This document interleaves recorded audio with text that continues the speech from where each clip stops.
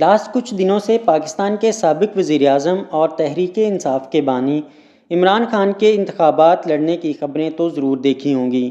عمران خان اس وقت راولپنڈی کی اڈیالہ جیل میں موجود ہیں، مگر انہوں نے انتخابات میں حصہ لینے کا فیصلہ کیا ہے۔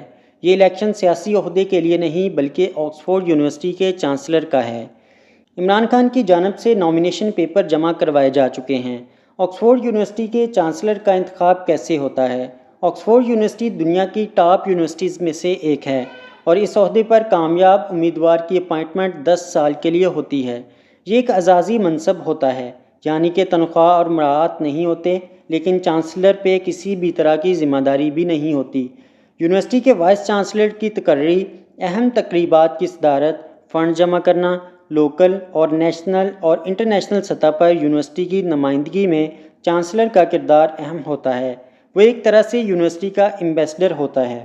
نئے چانسلر کے انتخابات کے لیے یونیورسٹی کی کونسل الیکشن کمیٹی تشکیل دیتی ہے، جس کا کام رولز اینڈ ریگولیشن کے مطابق الیکشن کا انتخاب اور نگرانی کرنی ہوتی ہے، اور وہ کسی بھی طرح سے اس پر اثر انداز ہونے کی کوشش نہیں کرتے۔ عمران خان کے لیے اس انتخابات میں حصہ لینا ایک حالیہ ترمیم کے بعد ممکن ہوا، جس کے مطابق یونیورسٹی کے گریجویٹ اسٹوڈنٹس اور سٹاف کے موجودہ اور سابقہ ارکان اپنے ووٹ آن لائن دے سکیں گے۔ اس حلقہ انتخاب کو کانوکیشن کہتے ہیں۔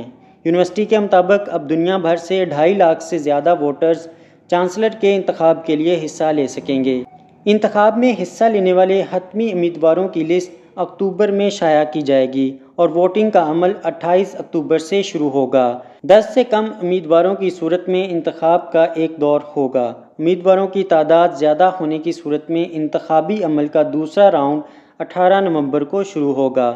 اس الیکشن میں موجودہ اسٹوڈنٹس، یونیورسٹی سٹاف اس عہدے میں حصہ نہیں لے سکیں گے۔ تحریک انصاف کی جانب سے عمران خان کے اس فیصلے کے پیچھے کا مقصد تو بیان نہیں کیا گیا، لیکن ایکسپرٹس کا ماننا ہے اگر عمران خان منتخب ہو جاتے ہیں تو یہ اہم پیش رفت ہوگی، جن کے سیاسی اور سماجی اثرات منتخب ہوں گے۔